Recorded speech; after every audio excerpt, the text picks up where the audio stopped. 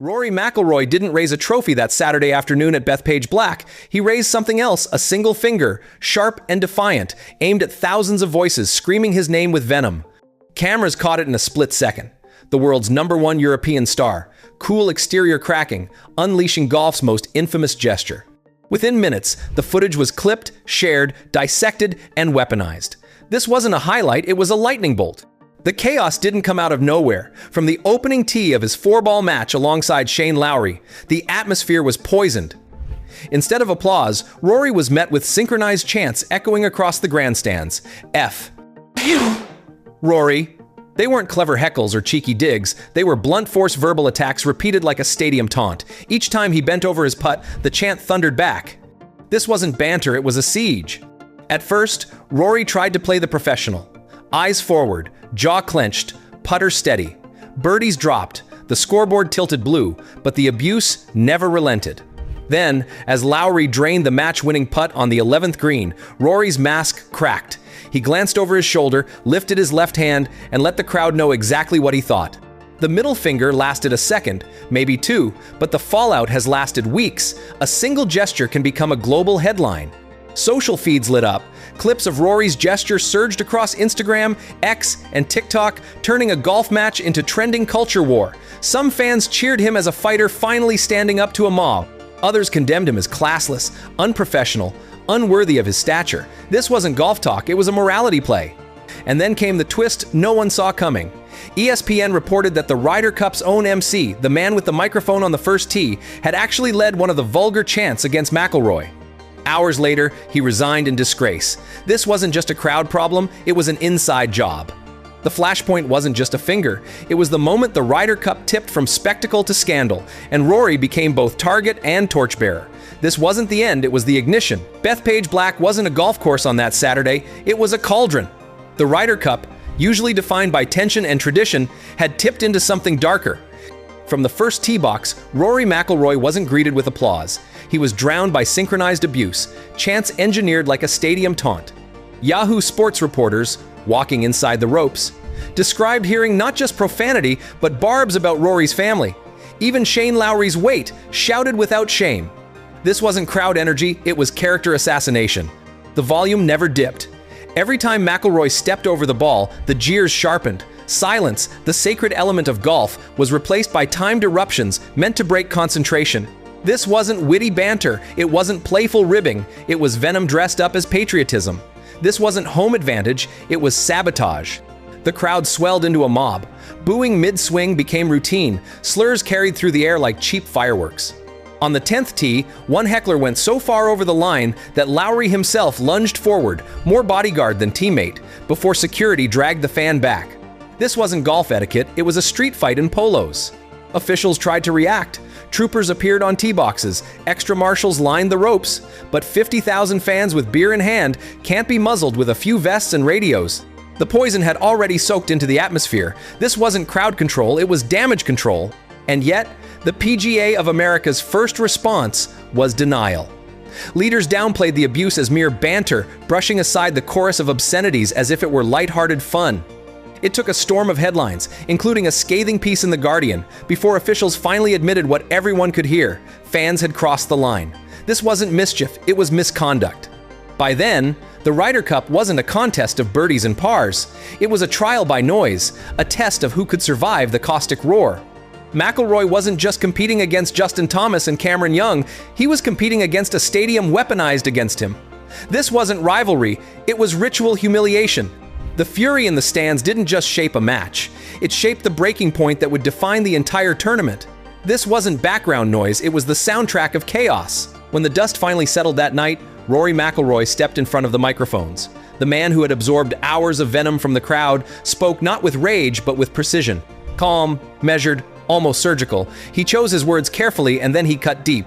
"I don't mind banter," he said. "That's what makes the Ryder Cup special. But when fans scream in your backswing, that's not passion, that's disrespect." This wasn't an apology, it was an indictment. The cameras caught every syllable, and for a moment the world leaned in. Reporters scribbled, fans clipped his remarks, and social feeds lit up. Here was golf's superstar not groveling, not retreating, but confronting the storm head on. He didn't plead for sympathy. He didn't bend to criticism. He stood tall, unshaken, and told the truth as he saw it. This wasn't damage control, it was controlled defiance. Then came the line that detonated across headlines. The middle finger, he admitted, was pure heat of the moment, but after hearing what he heard all day long, he'd do it again. That wasn't contrition. That was a declaration of war on the mob. This wasn't regret, it was resolve. In an age where athletes are expected to issue sanitized statements, Rory went the other way. No PR spin, no carefully crafted notes, no soft landing, just honesty, raw and jagged. By refusing to pander, he turned a scandal into solidarity. Fans who once questioned him rallied around him, seeing a man who refused to bow. This wasn't weakness, it was rebellion. And while American pundits rushed to call him classless, European voices framed him as the rare athlete willing to show his humanity. They didn't see a meltdown. They saw a man pushed to the breaking point who refused to break. This wasn't shame, it was survival. By the end of the night, McIlroy hadn't just defended himself. He'd reframed the entire debate. Was the finger vulgar? Maybe. Was it real? Absolutely. And in that honesty, he shifted the narrative away from disgrace and toward defiance. This wasn't a slip, it was a stand. Rory's silence was broken, but his words carried louder than the chants that provoked them. This wasn't closure, it was ignition for a bigger fire. The morning after Rory's finger flashed around the globe, the Ryder Cup story shifted from players to power brokers. Reuters broke the news. PGA of America CEO Seth Waugh had reached out directly to McIlroy and Team Europe, offering both a personal apology and a written statement of regret. For golf, a sport obsessed with decorum and silence, this was extraordinary. This wasn't routine PR, it was an admission of guilt. The email, later confirmed by Fox divided by AP, described the fan behavior at Bethpage as unacceptable and promised reforms before the next cup. Officials rarely step into the spotlight, and rarer still do they confess their event lost control. Yet here they were, bowing their heads to Europe's stars after a week of disgrace. This wasn't spin, it was surrender. Meanwhile, American media scrambled to frame the narrative. Fox Sports and AP ran stories that emphasized Rory's abuse, stressing the chants and slurs crossed every possible line. Their language was clear. The atmosphere wasn't rowdy, it was toxic. And Rory, instead of being the villain, was portrayed as the man who had simply reached his human limit. This wasn't bad optics, it was systemic failure. But the conversation didn't end there. Across US talk shows and podcasts, Rory was branded by some as immature, emotional, unworthy of his stature. Pundits latched onto the finger, ignoring the venom that provoked it. To them, he hadn't fought back, he'd lost control. This wasn't analysis, it was scapegoating. On the other side of the Atlantic, the defense was swift and fierce. European players, commentators, and fans argued Rory had stood up, not just for himself but for his team, refusing to be bullied by a mob disguised as supporters. In their eyes, the finger was less a scandal and more a banner of defiance. This wasn't rebellion, it was resistance. By the end of the week, the divide was clear. America debated Rory's manners. Europe celebrated his courage. 2 continents, 2 stories, 1 incident that refused to die. This wasn't a cultural clash, it was a continental split. And with every headline, the Ryder Cup's legacy of 2025 grew murkier. Was it about golf, or was it about control, respect, and reputation? This wasn't a postscript, it was the real main event. By the time the headlines cooled, it was obvious the story wasn't just about a raised middle finger.